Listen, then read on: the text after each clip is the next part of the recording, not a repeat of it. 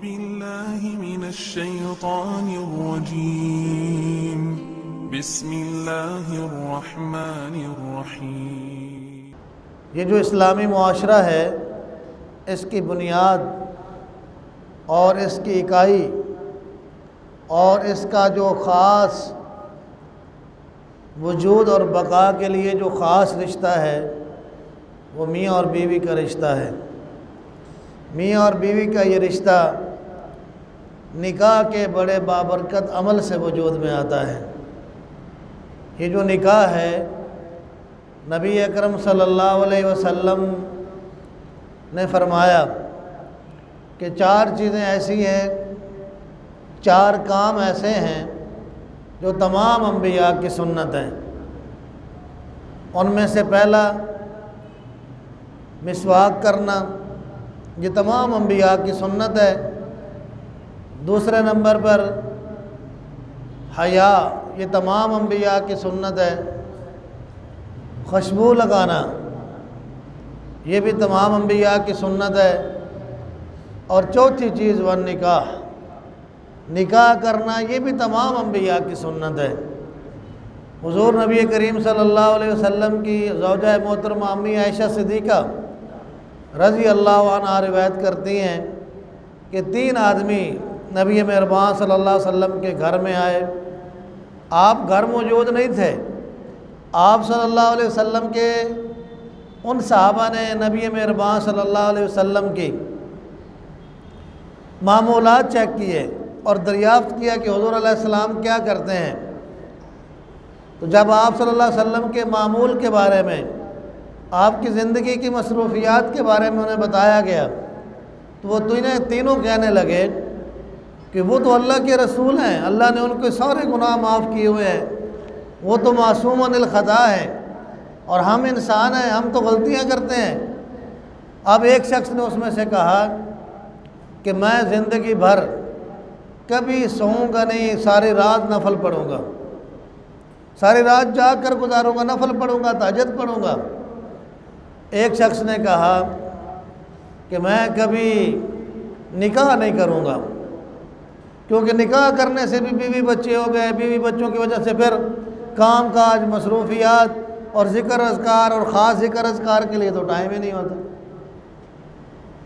تو جب نبی صلی اللہ علیہ وسلم واپس تشریف لائے اور آپ صلی اللہ علیہ وسلم کو ان کی ان باتوں کے بارے میں بتایا گیا تو حضور نبی کریم صلی اللہ علیہ وسلم نے اس کو ناگوار سمجھا اور آپ صلی اللہ علیہ وسلم نے خطبہ ارشاد فرمایا، اور آپ صلی اللہ علیہ وسلم نے فرمایا کہ اللہ تعالیٰ کی حمد و ثنا کے بعد فرمایا کہ اے لوگو، میں ایک انسان ہوں، لیکن میں بھی رات کو سوتا بھی ہوں، جاگتا بھی ہوں، میں تہجد بھی پڑھتا ہوں، نفل بھی پڑھتا ہوں، لیکن سوتا بھی ہوں۔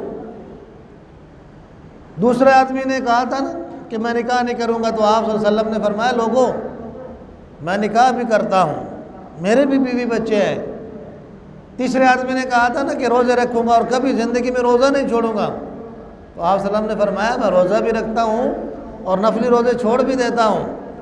پھر آپ صلی اللہ علیہ وسلم نے فرمایا کہ النکاح من سنتی، یہ نکاح میری سنت ہے، فمن رغب عن سنتی، جس نے میری سنت سے منہ پھیرا، جس نے میری سنت سے اعراض کیا، اس سنت کو ادا کرنے کو دنیا کی زندگی کی اور دنیاوی کاموں میں سے کوئی کام سمجھا تو فلیس منی، اس آدمی کا میرے ساتھ کوئی تعلق نہیں ہے۔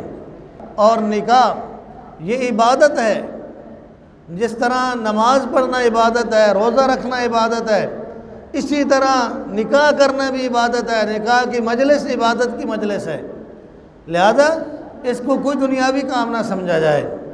اور اللہ کے نبی صلی اللہ علیہ وسلم کی سنت مبارکہ میں ہمیں یہ بات بالکل واضح معلوم ہوتی ہے، اور آپ صلی اللہ علیہ وسلم کے ارشاد مبارکہ کی روشنی میں یہ بات بالکل کنفرم ہے کہ مسلمان، ان کی پہچان اور اسلامی معاشرے کی بقا اور تسلسل اسی کے اندر ہے کہ مسلمانوں کے معاشرے میں نکاح نہ صرف کیا جائے بلکہ نکاح کو عام کیا جائے، آسان کیا جائے، اور نکاح کے اندر جلدی کی جائے، بلا وجہ اس کے اندر تاخیر نہ کی جائے۔ یہ الگ بات ہے کہ آج لوگ ہمارے دین پر اور ہمارے دین کے ان شاعر کو مذاق اڑاتے ہیں، اس کے اندر تمسخر کرتے ہیں اور ہمارے دین کو اندر عیب تلاش کرنے اور دین کو بدنام کرنے کے لیے نام نہاد مسلمانوں کو استعمال کیا جاتا ہے، اور وہ نام نہاد مسلمان دین کے شاعر کے مذاق اڑاتے ہیں۔ ہم یہ بات بالکل واضح کرنا چاہتے ہیں کہ نبی صلی اللہ علیہ وسلم کی سنت مبارکہ اس کا مذاق نہ اڑایا جائے، کسی کو خوش کرنے کے لیے ایسا نہ کیا جائے۔ آپ نے یہ ملالہ یوسفزئی نے بی بی سی کو انٹرویو دیتے ہوئے کہا ہے، مجھے سمجھ نہیں آتی کہ یہ مسلمان نکاح ہم کیوں کرتے ہیں، نکاح کی کیا ضرورت ہے؟ بس لڑکی اور لڑکا آپس میں دوستی کریں اور آپس میں ایک دوسرے کے ساتھ پارٹنر بن کر رہیں، زندگی گزاریں۔ یہ دین کا تصور نہیں ہے، یہ مغربی تہذیب ہے۔ ہم ملالہ کو کہتے ہیں تمہیں تمہاری تہذیب مبارک ہو، لیکن یہ بات یاد رکھو کہ یہ ڈالر تمہارے ساتھ قبر میں نہیں جائیں گے، حشر میں تمہارے ساتھ نہیں ہوں گے، اللہ کی عدالت میں بھی تمہارے ساتھ یہ ڈالر نہیں ہوں گے۔ ان ڈالروں کی چمک نے اگر تمہاری آنکھوں پر اور عقل پر پردہ ڈال دیا ہے اور تم مسلمان نام نہاد مسلمان ہو کر دین کے شاعر کا مذاق اڑاتی ہو، تو یاد رکھو کل اللہ کی عدالت میں تمہیں اس کا جواب دینا ہے۔ ہم نکاح کیوں کرتے ہیں؟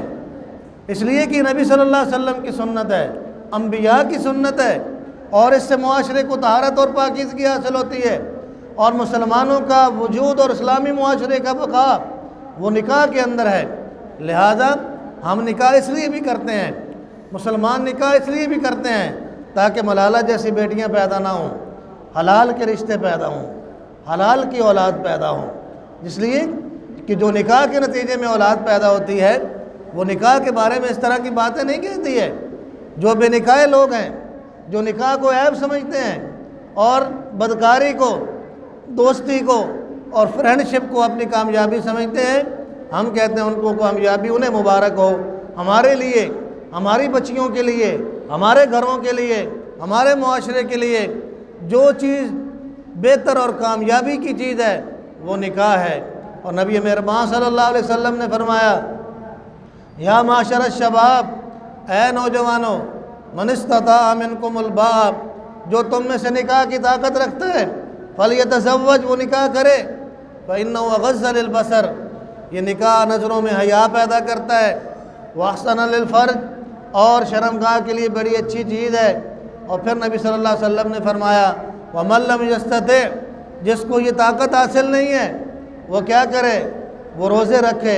اور اللہ رب العالمین کا یہ حکم ہے، وَأَنكِحُوا الْأَيَامَ مِنكُمْ، کہ اے مومنو، اے مسلمانوں، تم سب کیا کرو، اے مسلمان مردوں، ماں باپ، بہن بھائی، رشتہ دار، معاشرے کے بااثر لوگ، سوسائٹی کے بااثر لوگ، جو سوسائٹی کے اندر جو عہدیدار ہیں، سب کے لیے اللہ نے یہ حکم دیا ہے۔ انکحوا کے اندر سب کے لیے حکم ہے۔ جو آدمی جس طرح کا کوئی رول پلے کر سکتا ہے، توجہ دلا سکتا ہے ماں باپ کو، دوست احباب کو، وہ توجہ دلائے کہ بھئی آپ بچوں کا نکاح کریں۔ جو بندہ پاور استعمال کر سکتا ہے اس کو حکم ہے کہ وہ پاور استعمال کرے۔ وانکحوا، اور نکاح کرو۔ ماں باپ کو بھی حکم ہے، ہر بندے کو حکم ہے۔ برادری والے کہیں کہ جائیں اپنے بھائی کے پاس کہ بھائی آپ بچوں کا نکاح کریں، کوئی مشکل ہے تو ہم آپ کے ساتھ ہیں، ہم کو بندوبست کرنا ہے تو ہم اس کے لیے مدد کرتے ہیں۔ یہ سب کے لیے حکم ہے۔ اور اس سے یہ بھی پتہ چلتا ہے، آج ہمیں یہ اپنی غلط فہمی دور کرنی چاہیے کہ یہ جو نکاح کرنے کا حکم ہے اللہ نے اہل ایمان کے ذمہ داران کو دیا ہے، یعنی ماں باپ کو دیا ہے، سوسائٹی کو دیا ہے۔ نکاح کا اختیار اللہ نے بیٹی کو نہیں دیا ہے کہ وہ اپنی مرضی سے نکاح کرے۔ یہ ہم کہاں سے تہذیب لے آئے ہیں؟ یہ ہمارے پاس کہاں سے آ گیا ہے کہ ہماری بچیاں گھر سے بھاگ کر نکاح کریں، ہماری بچیاں نکاح کر کے ہمیں پتہ چلے کہ ہماری بچیوں نے نکاح کر لیے؟ یہ ہماری تہذیب نہیں ہے، نہ ہماری روایات ہیں۔ حضور نبی کریم صلی اللہ علیہ وسلم نے فرمایا، جو آدمی ولی کی اجازت کے بغیر نکاح عورت کرتی ہے اس کا نکاح باطل ہے، اس کا نکاح قبول نہیں ہے۔ اس لیے یہ عدالتی نکاح کرنے اور اس طرح اس ملک کے اندر اس طرح کی چیزوں کو تحفظ دینا، یہ بالکل ہم اس کو تسلیم نہیں کرتے ہیں۔ ٹھیک ہے، بعض فقہا نے جو اس کی اجازت دی ہے تو اس کا ایک پروسیس بنایا ہے، ایک طریقہ بنایا ہے۔ یہ کوئی طریقہ نہیں ہے کہ بیٹی جائے اور نکاح کر لے عدالت میں جا کر، نہیں، ماں باپ کا حق ہے۔ ہاں اسلام نے تعلیم کیا دی ہے، یہ بھی ہمارے ہاں ایک جاہلیت ہے۔ ہمارے ہاں یہ ہوتا ہے کہ جب ہم بیٹے کا نکاح کرتے ہیں تو لوگ بیٹوں سے پوچھتے ہیں کہ بیٹا ہم آپ کا فلاں جگہ پر نکاح کر رہے ہیں، آپ کا کیا خیال ہے، مرضی معلوم کرتے ہیں۔ اسی طرح یاد رکھیں، بیٹی سے بھی پوچھا کریں، بیٹی کی بھی رائے معلوم کیا کریں، اس لیے کہ ماں باپ کی رضامندی ہے، اولاد کی رضامندی بھی، یہ بھی معلوم ہونا چاہیے۔ یہ نہیں ہونا چاہیے کہ بندہ کہے کہ بیٹی سے رائے لی جائے، بیٹی آگے سے کہ اگر بالفرض کبھی کہہ بھی دے کہ نہیں اس طرح نہ کریں، کوئی اور جگہ تلاش کر لے، تو باپ کو یہ نہیں کہنا چاہیے کہ بھئی یہ کون ہوتی ہے آگے سے بولنے والی، میری مرضی کو چیلنج کرنے والی، اس طرح نہیں ہے۔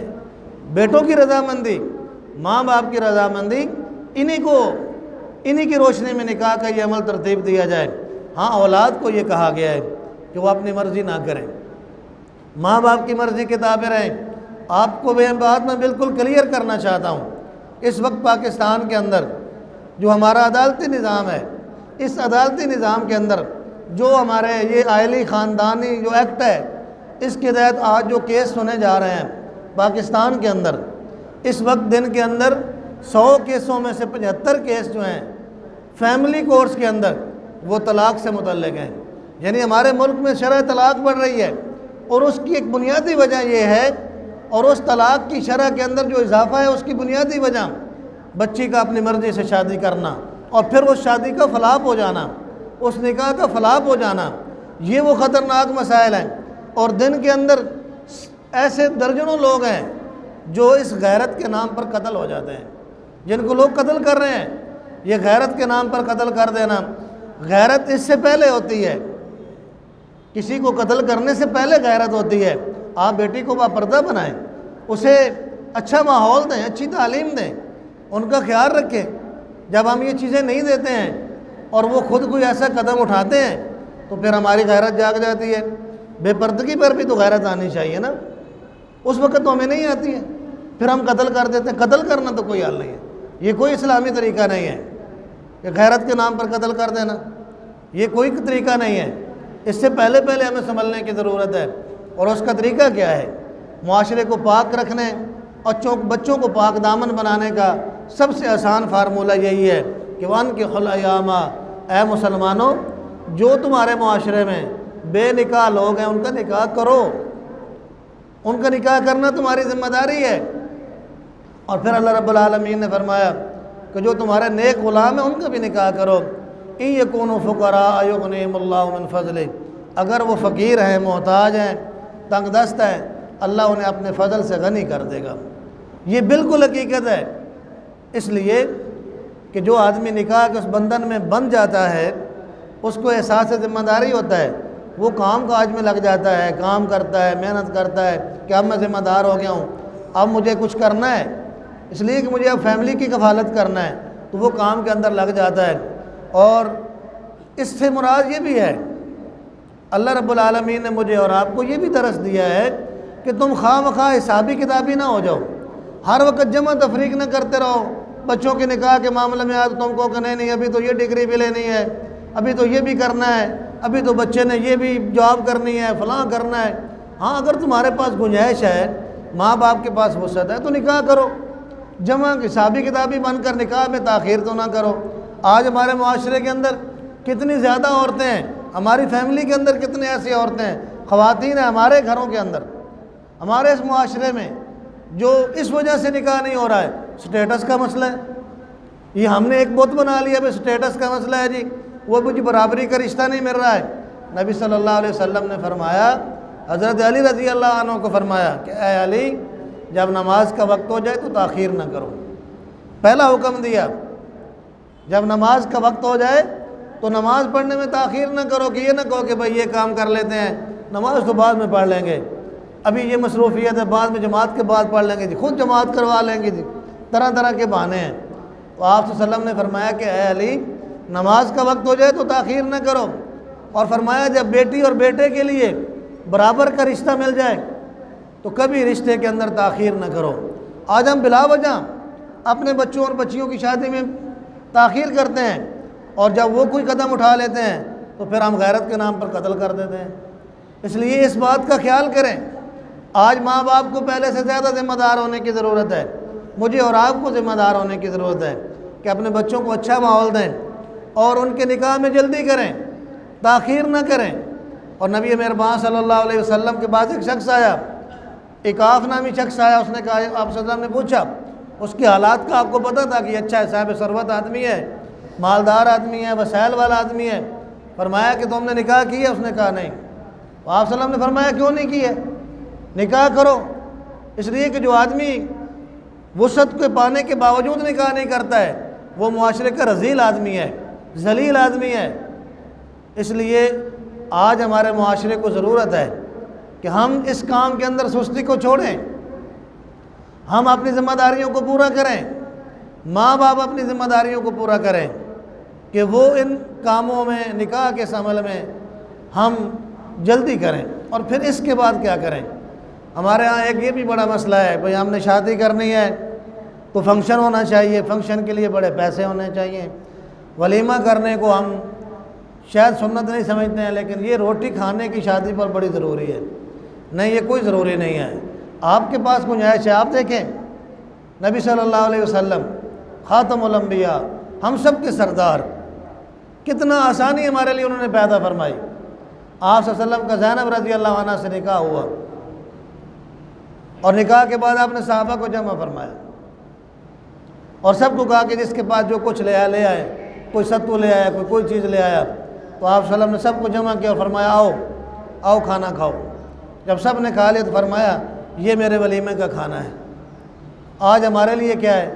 شادی میں تاخیر کی وجہ کیا ہے؟ وہ جو پھر فنکشن بھی کرنا ہے۔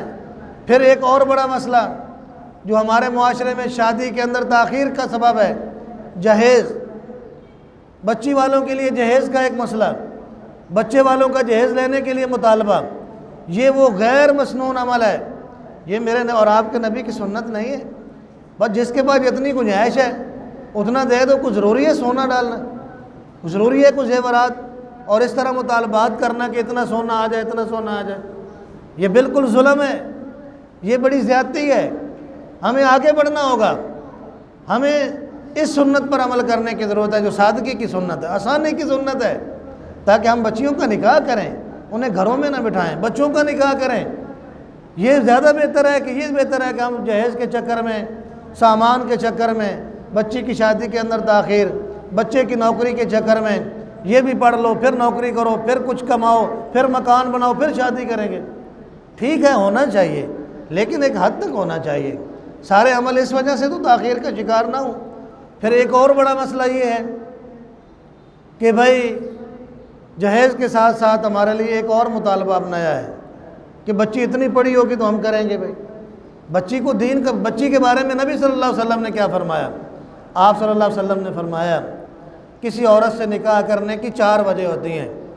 سب سے پہلی وجہ یہ ہے کہ بھائی اس کے حسن کے بارے میں، مالدار کتنے ہیں اس کو دیکھا جاتا ہے، پھر یہ دیکھا جاتا ہے کہ بھائی ان کا خاندان کیا ہے، کیسے لوگ ہیں، اور چوتھی چیز فرمایا دین ہے، اس کے اخلاق کو، اس کے کردار کو، اس کی دینداری کو دیکھا جاتا ہے۔ آج ہم دینداری نہیں دیکھتے ہیں، آج تو ہم وسائل کے اندر اور پیسے کے ساتھ تولنا شروع کر دیتے ہیں۔ انسانیت تو پیچھے چلی گئی ہے، کردار، کریکٹر پیچھے چلا گیا ہے۔ مال اور دولت، سٹیٹس اور عہدہ اور جائیداد اور رقبے، یہ آج ہمارے رشتے کرنے کی بنیادی وجہ ہے، تبھی تو ہمارے رشتے فلاپ ہوتے ہیں۔ تو آپ صلی اللہ علیہ وسلم نے فرمایا فَاظْفَرْ بِذَاتِ الدِّین، اے ابو ہریرہ اگر تمہیں دیندار عورت مل جائے تو فرمایا فَاظْفَرْ بِذَاتِ الدِّین، دین کو ترجیح دو، یعنی کردار کو ترجیح دو، کریکٹر کو ترجیح دو، سیرت کو ترجیح دو، اس کے ایمان، اخلاق اور اچھی سوسائٹی، اچھی تربیت کو ترجیح دو۔ میرے اور آپ کے لیے ضروری ہے کہ آج ہم معاشرے کے اندر بڑھتے ہوئے یہ جو مختلف قسم کے واقعات ہمارے معاشرے میں پیش آ رہے ہیں، اس میں میری اور آپ کی ذمہ داری ایک تو یہ ہے کہ ہم معاشرے کو پاک کرنے کے لیے اپنے بچوں اور بچیوں کے نکاح میں جلدی کریں، تاخیر نہ کریں، بلا وجہ گھر کے اندر اپنے بچوں کو نہ بٹھائیں، نکاح کریں، بچی کو اس کے اصل گھر میں رخصت کریں اور بچوں کو گھر آباد کرنے کے طریقے سکھائیں۔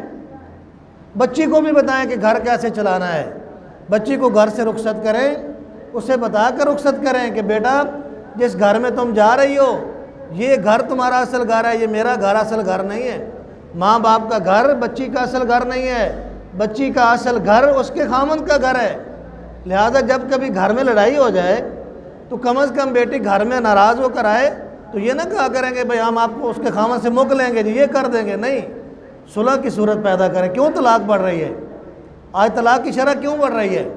اس لیے کہ ماں باپ بڑا کردار ادا کر رہے ہیں، تھوڑا سا مسئلہ بنتا ہے ماں سپورٹ کرتی ہے بیٹی کے، نتیجہ کیا ہوتا ہے؟ گھر اب تباہ ہو جاتا ہے۔ گھروں کو آباد کرنے کا بیٹیوں کو طریقہ سکھائیں، انہیں بتائیں کہ خاوند کی بات ماں باپ سے زیادہ عظیم ہے۔